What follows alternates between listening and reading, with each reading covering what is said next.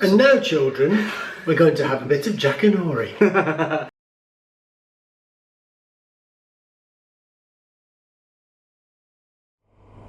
and welcome to another RiderCamTV, and today we're out on a ride, both Mr. Mark and I, on our good old English roads. That sparked some controversy on our last video, or one of our last videos, about the way that roads are maintained in England. And I didn't quite expect that. However, today we're talking about sat-navs. As you would have seen on our previous video when I was in Spain, talking about the BMW Navigator V and the BMW Navigator VI. Look at this beautiful screen. BMW Navigator VI is now owned by Toby from RiderCamTV. How amazing is that? Anyway, look at this scroll wheel that they've not been able to find a fault with at BMW at the moment. However, look at the speed of the zooming in and zooming out. The colours are amazing. The density of the screen is so much better. Now, there is a kind of a slight downside to this one over the 5, is that in this sort of weather, in English weather, which very rarely sees that yellow object in the sky, unfortunately, there is a little bit of reflection. So I can see my shoulder pads or my shoulder strips here and my helmet. However, it's one of those things like you're looking through a window, and if you change the focus of your eyes, you can actually see the window, or if you change the focus, you can actually see through the window. And it's kind of the same, so it's going to take a little bit of getting used to for me. However, the vibrancy of that screen, the speed of the scrolling in and out, the speed of it recalculating its route, of actually plotting the route that you're putting in, feels a lot quicker. Now, when we get to Mark's place, we're going to sit down and have a look at the comparison between the 5 and the 6, have a look at the specs and see how they perform against each other. So hopefully people out there thinking of, do I spend the extra money on a 6 to sell my 5? Do I keep the 5 rather than getting the 6? Just to see whether it's actually worth it. But on first reflection for me, using the scroll wheel that's actually working, you can see that all of the information is just there, exactly the same as the Navigator 5, but I can actually see it now, which is a revelation. And you'll see on a previous video, stick it up there, about the Wunderlich sunshade for the Navigator 4, Navigator 5s. It was good, but you had to be going towards the sun for the sun to actually be shading off the sat-nav. Most of my time in Spain and the riding that we did was actually riding with the sun behind us, which unfortunately left the sunshade as a useless piece of plastic for me. So hence the fact that I've sold that as well as the Navigator 5. And now I've just got the Navigator 6. And because the time that I chose to sell it was that the 6s are still quite new, I managed to get quite a good deal on the 6, and I managed to sell my sat-nav 5 for, believe it or not, £20 more than I actually bought it from, because I had a really good deal direct from Germany when I bought it. So it's all good stuff, and I've probably spent about £100–120 to upgrade it. I know that lots of people say, well, you know, it's 120 quid, you could have saved 120 quid. However, you know, you guys know how much Mark and I spend on our bike in terms of time and, you know, the miles that we're doing, the countries and places that we are visiting and riding through. And it's actually become one of those essential tools rather than a would like to have thing for the bikes. So that's why I bought it. We'll be going through very shortly the comparison between the two, what it's actually like to use, whether it's any quicker than the 5 to actually plot the route, and little bits and bobs like that. So stay tuned. And have you noticed how big your hands are when you go so close to the picture like that? That's because I've got big hands. Look at that! That's amazing! My hands are massive.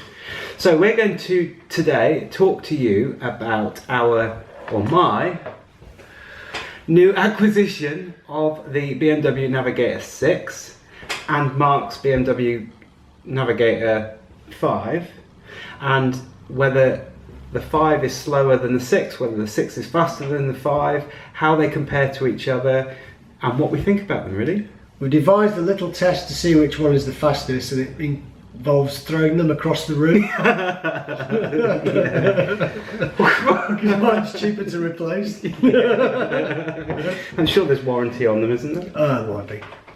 So, what's your first impression of the 6 then, Mr. Mark? Well, obviously it's very different. I'll start again. Obviously, it's exactly the same machine. It just has a few little bits added to it. But the most important thing is the screen that it's got. And everyone knows who has one of these BMW 5s or the Zumo 660s, whatever they are. The screen is rubbish if you've got any kind of sunlight against them. It's just you can very difficult to see the picture. Where on yours, yeah, look at that. What an impressive little screen. Oh, Mark's has gone off already. Just bashing a few times. Yeah, there you go. Yeah. So the depth of the colours is much more on the 6, and there's some other benefits to the 6 with the processor and all that sort of stuff. I think the best way to describe it is it's like looking at an iPad screen. Yeah. Yeah? Yeah, this beautiful. You do realise that other tablets are available. So, we're going to do a couple of speed tests and stuff, real world issues, how fast is the 6 against the 5 with putting in a route, recalculating how quick it is to go into different menus and stuff, because they're real world problems, aren't they? Or real world things that people will think about. Is it worth spending upwards of £500 in England on a 6 if you have a 5? Or is it worth going for this one if you haven't got a sat-nav for your BMW? Or is it still worth buying the sat-nav 5? So our first little test is how quickly does the 5 and the 6, 5 on the left, 6 on the right, start up so that it's ready to be used. So 6 has got it, look, ready for the acceptance screen.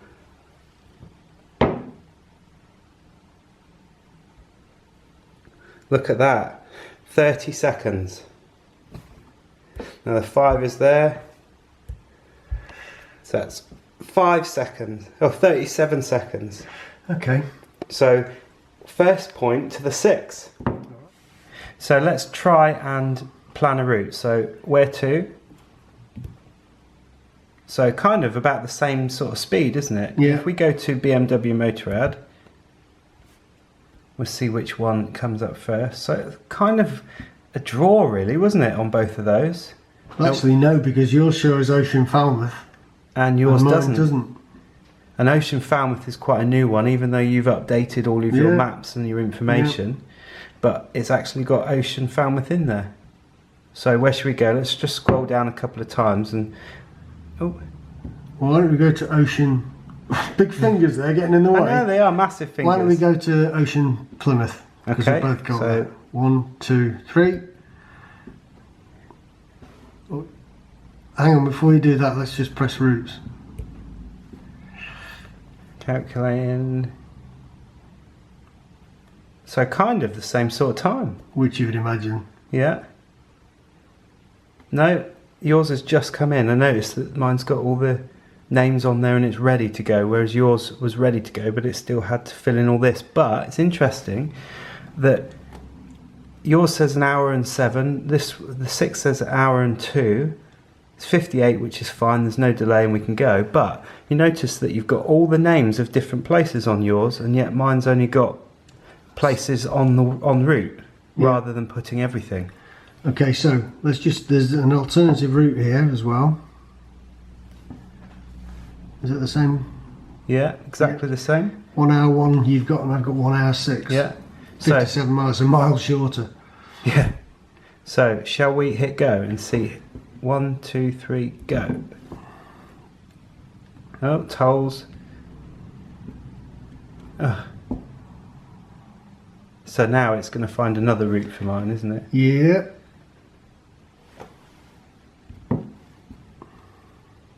Oh, and mine's already done it. Okay, mine's trying to locate the satellites. And yet these were started in exactly the same place, weren't they? Yeah.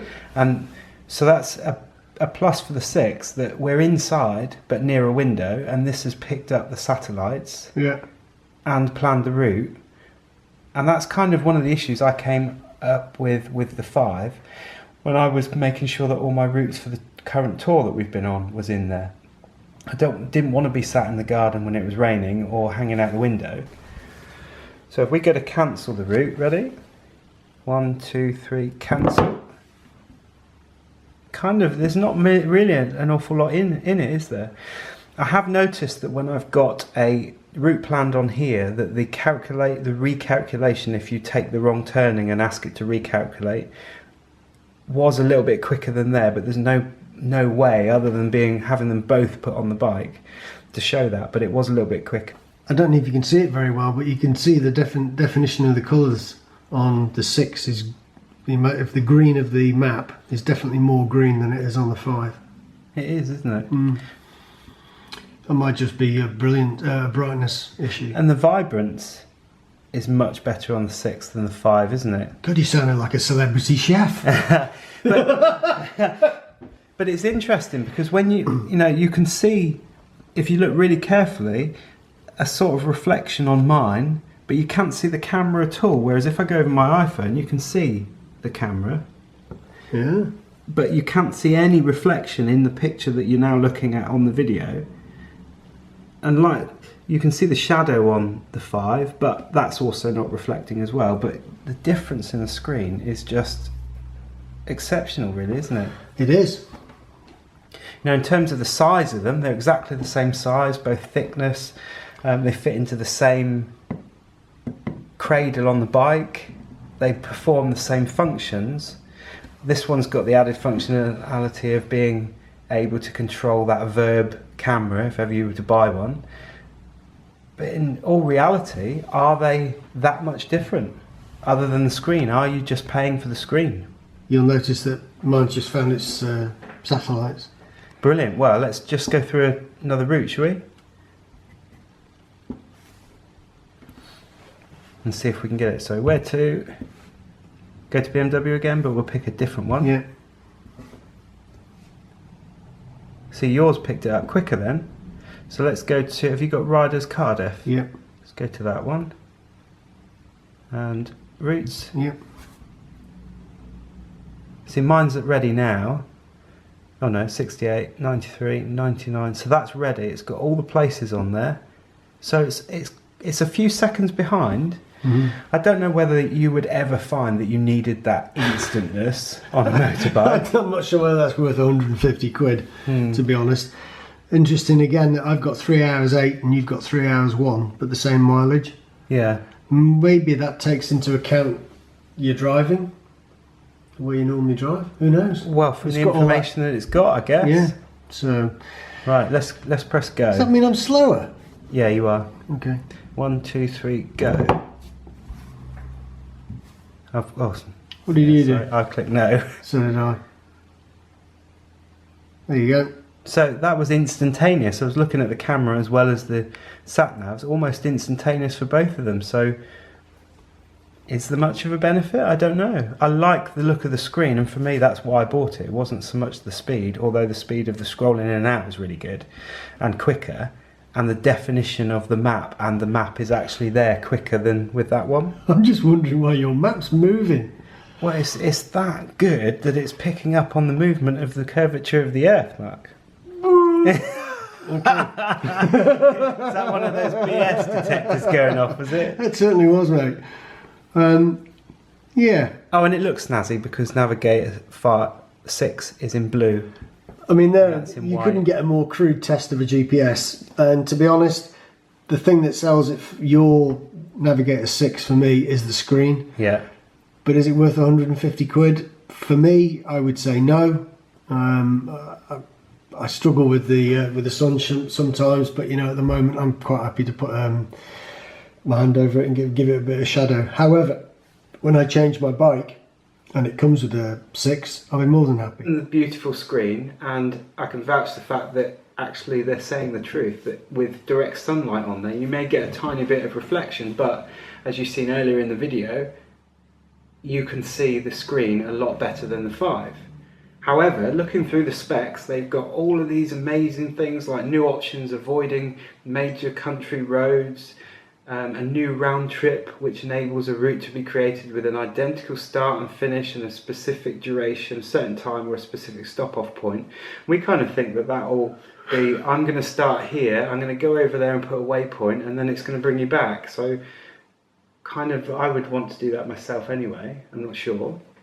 Some people don't though, some people like to follow their GPSs. Well, there we know. Yeah, and that's why they end up in leaks. Yeah. And that's why we have signs on roads, like we've got one down near Scoria, down in Redruth, saying do not follow your sat-nav, because it will take you the wrong way up the A30, which is not good. It's also got new features like music streaming via smartphones. It enables you to listen to music saved on your smartphone via the 6 and Android and iOS. But both, I mean, you're an advocate of having all of your music on your device here anyway, aren't you? I have all my music on the phone, but I also have, on my GPS, but I also have music on the phone, and I can switch between either. Yeah, see, Not a problem. on my last trip I set it up that my smartphone was connected to my headset but also connected to the sat-nav. I hadn't loaded any music on there, but I could listen to the music through it, so whether or not that's different, I'm a little bit confused there. You can do that. It's really odd, they're saying it's a new feature. Wow, it's new! It is new! Right, and there's loads of other stuff. There's pre-installed maps for Europe and North America, but I kind of thought that my 5 that I've replaced had that anyway, so is that really new highlights? More highlights from BMW? There's a brighter screen, it's watertight in accordance with IPX7, but the interesting thing is they're saying that it's petrol resistant, which I think is quite good, being so close to the filler cap, just with those mishaps.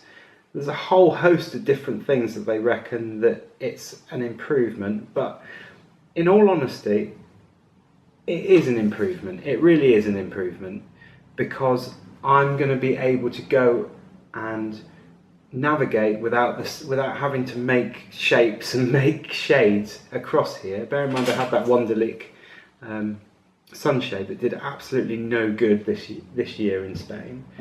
It just didn't, unless the sun was in front, it was okay. If the sun was at the back, it was dead on the screen. You're never going to stop that.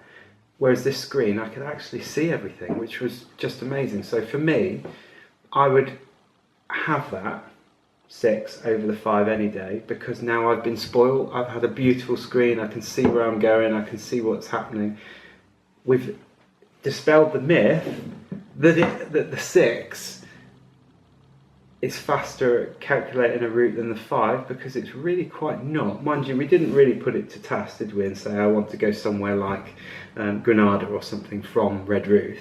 No. Perhaps that might be a little bit faster on the 6 than the 5, who knows. But in all intents and purposes, for what we use it for, I've bought a 6 that I'm really happy with, because I didn't spend very much extra money on it because I made so much money on the other one. But looking at them both, is it worth you buying? And obviously there is a way of minimising the amount of sun glare on the on your screen, but if you just keep riding west. yeah, don't ever go the other way. Just always ride west. That's coming from you from RiderCamTV. If you just keep riding west. What happens when they get to the edge and the sun is mate, now? You don't fall off the edge, mate. You just go around in a big circle. Really? I think that's a whole new argument, which we really shouldn't. Imagine the comments. Mount Magellan might have had something to do with that, actually. The comments would be amazing. The Flat Earth Society stand by. So, in your opinion, would you buy the 6 over the 5 if you had the 5? Would you go out and spend the extra money seeing what we've seen? No. Okay. I'm sorry. I would personally, because of the screen. But it all comes down to budget, doesn't it?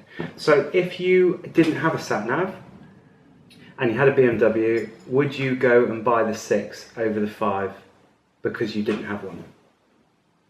Probably because of the screen, but I'm quite, as I have already had the 5, I'm not going to upgrade to a 6 just because it's got a nice screen. It does everything that the 5 does. Unbelievable, stuck in the past. I am a dinosaur. No, you're not. So it's a really contentious issue, I think, for a lot of people, and one of those issues that if you were expecting an answer of this is the one to buy, actually we're not going to give you that answer. It's one for you to have a look at. It is a lot of money for a 6 that does the same as the 5, but you do get this beautiful screen. Did I say about this beautiful screen? Look at that beautiful screen. How amazing. So I would buy the 6, and as I was saying earlier on the video, this is because of what we do. This is something that we need to rely on because it's a tool of our trade, isn't it? It's not something that we use for once a year or twice a year. I mean, we're using this quite a lot during the year to help us navigate everywhere, aren't we? Yeah, I'm happy with the 5 as it is. It has its limitations. The sun is obviously an issue for it. My next bike will have a 6, but I'm not going to upgrade this just for that reason. So you've heard it here first. RiderCamTV, you've heard it here first. Don't buy the 6. Use any of those Buy words the in whatever 6. order you want. Do you buy the 6? Do you not buy the 6? It's a one for you.